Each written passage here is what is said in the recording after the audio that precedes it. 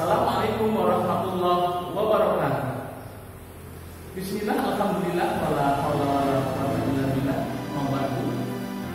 Bagaimana kabar anak-anak sekalian? Tentunya sehat semua bukan? Alhamdulillah.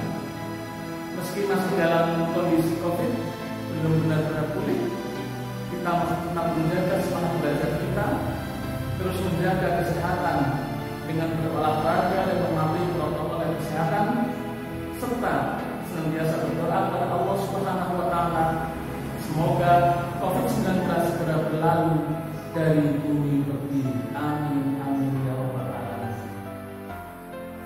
Baiklah anak-anak sekalian yang saya banggakan, mari kita tundukkan kepala sejenak untuk berdoa kepada Allah Subhanahu wa Ta'ala. Semoga materi yang dipelajari hari ini bisa kita pahami dan kita amalkan dalam kehidupan sehari-hari. Raditu billahi rabba wa bil islami dina wa bi Muhammadin nabiyyan wa rasula. Rabbi zidni ilma warzuqni fahma. Amin ya rabbal alamin. Anak-anak sekalian yang saya banggakan, hari ini kita kembali belajar materi pendidikan agama Islam dan budi pekerti dengan tema Sejarah Pertumbuhan Ilmu Pengetahuan Masa Bani Umayyah.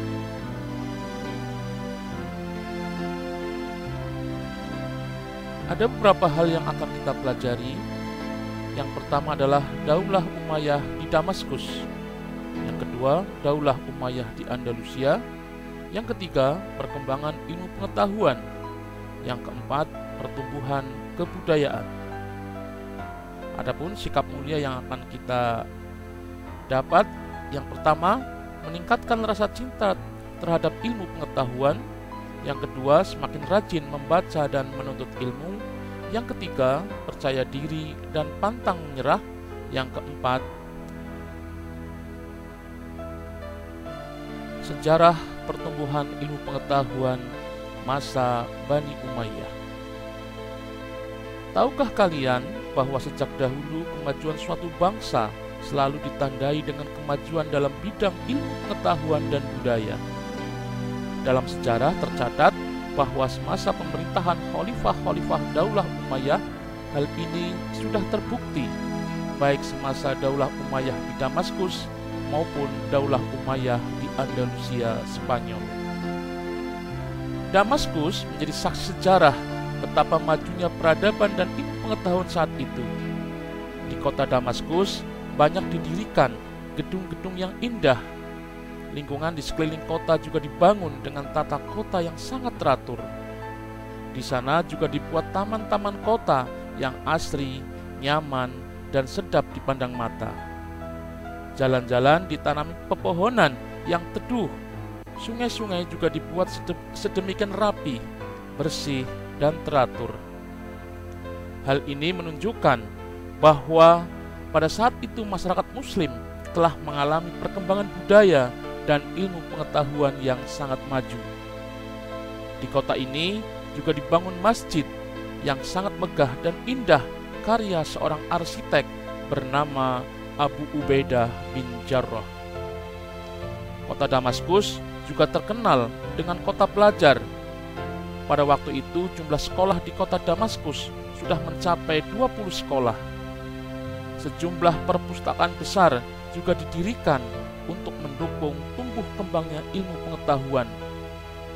Di antara lembaga pendidikan itu terdapat sekolah-sekolah kedokteran dan rumah sakit. Sungguh pada zaman tersebut, kemajuan semacam ini merupakan prestasi yang luar biasa. Keberadaan Daulah Umayyah di Andalusia pun tak mau kalah dengan periode Daulah Umayyah di Damaskus. Kekhalifahan Bani Umayyah di Spanyol menjadikan Cordoba sebagai ibu kotanya. Kota Cordoba menjadi pusat ilmu pengetahuan. Di kota ini didirikan Universitas Cordoba. Universitas ini memiliki perpustakaan dengan koleksi buku mencapai 400.000 judul. Sungguh, untuk ukuran saat itu, hal ini merupakan kemajuan yang tiada duanya di dunia. Dengan kemajuan yang demikian itu, Cordoba menjadi inspirasi bagi para ilmuwan dan penulis bangsa Barat. Oleh para ahli sejarah, kemajuan Cordoba di Spanyol pada zaman pemerintahan Umayyah disebut-sebut sebagai cikal bakal pembawa kemajuan bangsa Barat di kemudian hari. Nah, mari kita renungkan. Umat Islam pada waktu itu sudah menjadi pelopor kemajuan dunia karena kegigihannya dalam mengembangkan ilmu pengetahuan dan budaya. Jadi, sangat disayangkan jika generasi muda Muslim sekarang masih malas belajar dan lemah. Anak-anak sekalian yang saya banggakan, kita ketahui bersama bahwa Islam telah memiliki perhatian yang sangat besar terhadap ilmu pengetahuan sejak munculnya risalah Islam. Sejarah berdirinya Daulah Umayyah. Daulah Umayyah mengalami dua periode, yaitu periode di Damaskus dan di Cordoba, Andalusia. Daulah Umayyah di Damaskus berdiri selama 90 tahun, yaitu tahun 661 sampai dengan 750 Masehi. Pendirinya bernama Muawiyah bin Abi Sufyan bin Harb bin Umayyah. Masa keemasannya pada saat pemerintahan Al-Walid dan Umar bin Abdul Aziz. Sementara Daulah Umayyah di Andalusia Spanyol berdiri selama 275 tahun, yaitu tahun 756 sampai dengan 1031 Masehi, dengan Cordoba sebagai pusat pemerintahannya. Pesatnya ilmu pengetahuan terjadi pada masa Abdurrahman An-Nasir dan Hakam Al-Muntasir. Muawiyah menjadikan khalifah bukan hanya karena kemenangan diplomasinya pada Perang Siffin, namun karena basis rasional yang solid bagi landasan politiknya, yaitu dukungan yang kuat dari rakyat Suriah dan keluarga Bani Umayyah. Kemudian Muawiyah orang yang sangat bijaksana, dan Muawiyah memiliki kemampuan yang menonjol sebagai negarawan sejati. Khalifah Daulah Umayyah di Damaskus. Daulah Umayyah berdiri selama 90 tahun dengan Damaskus sebagai pusat pemerintahannya. Adapun Khalifah Daulah Umayyah di Damaskus adalah Muawiyah bin Abu Sufyan. Yang kedua, Yazid bin Muawiyah. Yang ketiga, Muawiyah bin Yazid. Yang keempat, Marwan bin Hakam. Yang kelima, Abdul Malik bin Marwan. Yang keenam, Abdul Walid bin Abdul Malik. Yang ketujuh, Sulaiman bin Abdul Malik. Yang kedelapan, Umar bin Abdul Aziz. Yang kesembilan, Yazid bin Abdul Malik. Yang ke-10, Hisam bin Abdul Malik. Yang ke-11, Walid bin Yazid. Yang ke-12, Yazid bin Walid. Yang ke-13, Ibrahim bin Walid. Yang ke-14 atau yang terakhir, Marwan bin Muhammad. Daulah Umayyah di Damaskus. Saat dipimpin Al-Walid bin Abdul Malik, keadaan negara sangat tentram, makmur, dan tertib. Pada masa pemerintahannya, tercatat perluasan wilayah dari Afrika Utara menuju wilayah barat daya benua Eropa, yaitu di Gibraltar atau Jabal Torik. Zaman Khalifah Umar bin Abdul Aziz, perluasan wilayah dilakukan ke Prancis. Di samping perluasan wilayah, juga dilaksanakan pembangunan di berbagai bidang, seperti mendirikan dinas pos, mengembangkan angkatan bersenjata, dan mencetak mata uang. Selain itu, juga dibangun panti-panti bagi orang cacat, jalan raya, gedung pemerintahan, dan masjid-masjid. Di antara 14 khalifah ada 5 khalifah yang sangat menonjol. Yang pertama, Muawiyah bin Abu Sufyan. Yang kedua, Abdul Malik bin Marwan. Yang ketiga, Al-Walid bin Abdul Khaliq. Yang keempat, Umar bin Abdul Aziz. Yang kelima, Hisam bin Abdul Malik. Perkembangan ilmu pengetahuan Daulah Umayyah di Damaskus. Yang pertama adalah ilmu agama, seperti Al-Quran, hadis, dan fikih. Pada masa Daulah Umayyah di Damaskus, proses pembukuan hadis terjadi, yaitu pada masa Khalifah Umar bin Abdul Aziz. Sejak saat itu, hadis mengalami perkembangan yang sangat pesat. Kemudian berikutnya, ilmu sejarah dan geografi, yaitu segala ilmu yang membahas tentang perjalanan hidup, kisah, dan riwayat. Ubaid ibnu Sariyah al-Jurhumi berhasil menulis berbagai peristiwa tentang sejarah. Kemudian ilmu pengetahuan bidang bahasa, yaitu segala ilmu yang mempelajari bahasa seperti nahwu, shorof, dan lain-lain. Kemudian bidang ilmu filsafat, yaitu ilmu yang dipandang yang pada umumnya berasal dari bangsa asing seperti mantik, kimia, astronomi, ilmu hitung, dan ilmu kedokteran. Daulah Umayyah di Andalusia. Kekuasaan Umayyah di Damaskus berakhir, kekhalifahan pindah ke tangan Bani Abbasiyah. Namun, salah satu penerus Bani Umayyah, yaitu Abdurrahman ad-Dahil, dapat lolos dan masuk ke Andalusia Spanyol. Di sana, umat Islam yang setia dengan Umayyah mengangkatnya sebagai pemimpin dengan pusat kekuasaan di Cordoba. Adapun khalifah-khalifah Bani Umayyah di Andalusia, yaitu Abdurrahman ad-Dahil, Hisam bin Abdurrahman, Al-Hakam bin Hisam, Abdurrahman al-Ausad, Muhammad bin Abdurrahman, Mungzir bin Muhammad, Abdullah bin Muhammad, Abdurrahman an-Nasir, Hakam al-Muntasir, Hisam II, Muhammad II, Sulaiman, Abdurrahman IV, Abdurrahman V, Muhammad III, dan Hisam III.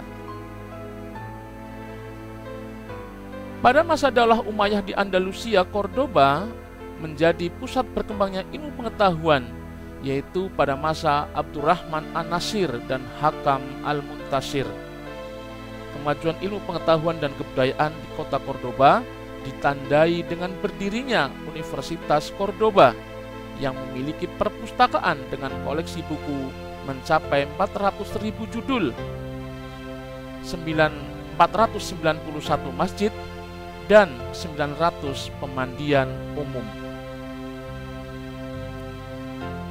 Perkembangan ilmu pengetahuan pada masa Daulah Umayyah di Andalusia. Yang pertama, ilmu kimia. Ahli kimia ketika itu adalah Abu Qasim Ibnu Farnas yang mengembangkan ilmu kimia murni dan terapan yang menjadi dasar bagi ilmu farmasi yang erat kaitannya dengan ilmu kedokteran. Yang kedua, kedokteran. Ahlinya adalah Abu Qasim Al-Zahrawi, dikenal sebagai perintis ilmu bedah, penyakit telinga, dan pelopor ilmu penyakit kulit. Yang selanjutnya, sejarah. Tokohnya adalah Abu Marwan Abdul Malik Al-Habib, Abu Bakar Muhammad bin Umar, dan Hayyan bin Khalaf bin Hayyan. Kemudian dalam bidang bahasa dan sastra, tokohnya adalah Ali Al-Qoli, Abu Amr Ahmad ibnu Muhammad ibnu Abdul Riqbah, kemudian Abu Amr Abdullah ibnu Suhaid. Pertumbuhan kebudayaan pada masa Daulah Umayyah. Selain ilmu pengetahuan, juga berhasil mengembangkan bidang yang lainnya, seperti arsitektur. Hal ini bisa dilihat dari bangunan artistik dan masjid-masjid yang memadukan gaya Persia dengan nuansa Islam. Masjid yang terkenal adalah Masjid Damaskus. Kemudian organisasi militer. Pada saat itu militer dikelompokkan menjadi 3 angkatan, yaitu Angkatan Darat, Angkatan Laut, dan Kepolisian. Kemudian bidang perdagangan. Setelah menaklukkan berbagai wilayah, jalur perdagangan semakin lancar. Teluk Persi menjadi pelabuhan dagang yang ramai dan makmur. Kemudian dalam bidang kerajinan, pada masa Abdul Malik dirintis pembuatan tiras atau bordir, yaitu cap resmi yang dicetak di pakaian khalifah dan pembesar pemerintahan. Berakhirnya dinasti Bani Umayyah. Ada beberapa faktor yang menyebabkan keruntuhan dinasti Umayyah.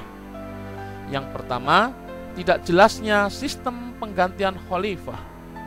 Yang kedua, adanya kelompok Syiah dan Khawarij sebagai oposisi pemerintahan yang menyedot kekuatan dan fokus pemerintahan untuk meredam gejolak dari mereka. Yang ketiga, tidak adanya pengkaderan yang maksimal dari para putra mahkota yang disiapkan sebagai khalifah. Yang keempat, adanya kekecewaan dari masyarakat akan kepemimpinan para khalifah. Yang kelima, munculnya kelompok baru yang dipelopori oleh Abbas bin Abbas Al-Muttalib yang mendapat dukungan penuh dari Bani Hashim. Baiklah anak-anak sekalian yang saya banggakan, setelah kita menyimak bersama rangkuman materi pendidikan agama Islam dan budi pekerti dengan tema sejarah pertumbuhan ilmu pengetahuan pada masa Daulah Abbasiyah, maka di akhir pembelajaran ini akan dilaksanakan evaluasi. Yang pertama, khalifah pertama Bani Umayyah adalah A. Abdul Malik bin Marwan, B. Walid bin Abdul Malik, C. Muawiyah bin Abu Sufyan, D. Umar bin Abdul Aziz. Silahkan.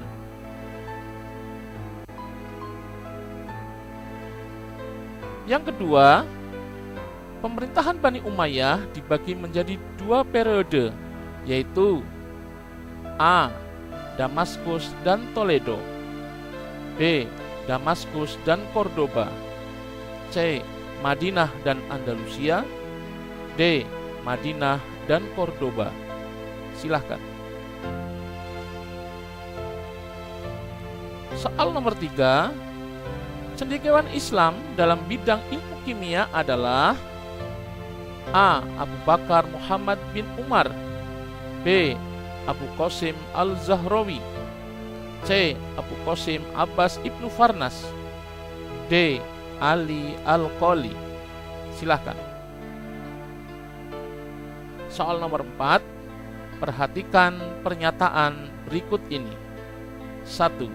Kehidupan yang serba mewah bagi keluarga istana. 2. Munculnya kekuatan baru dari keturunan Abbas bin Abdul Muttalib. 3. Pertentangan etnis Arab Utara dan Arab Selatan. 4. Semangat yang tinggi dalam membela persatuan dan kesatuan. 5. Banyak memberikan bantuan kepada fakir miskin. Yang merupakan penyebab runtuhnya Bani Umayyah adalah A. Nomor 1, 2, dan 3, B. Nomor 2, 3, dan 4, C. Nomor 3, 4, dan 5, atau D. Nomor 1, 2, dan 4. Silahkan. Soal nomor 5, pada masa Walid bin Abdul Malik dibangun sebuah masjid Damaskus hasil karya arsitek terkenal bernama A. Abu Ubaidah bin Jarrah, B. Uqbah bin Nafi, C. Sa'id bin Musayyad, D. Rabi'ah Ar-Ra'i. Silahkan. Baiklah anak-anak sekalian yang saya banggakan, demikian materi pendidikan agama Islam dengan tema sejarah pertumbuhan ilmu pengetahuan pada masa Daulah Umayyah. Semoga bermanfaat. Anak soleh dan solehah, alhamdulillah, sampailah kita di penghujung pembelajaran. Pesan Pak Guru, Tetaplah berbuat baik dan bermanfaat bagi lingkungan kita. Sampai jumpa lagi dalam video pembelajaran berikutnya. Tetap semangat belajar. Mari bersama-sama kita tutup dengan membaca lafaz Alhamdulillah.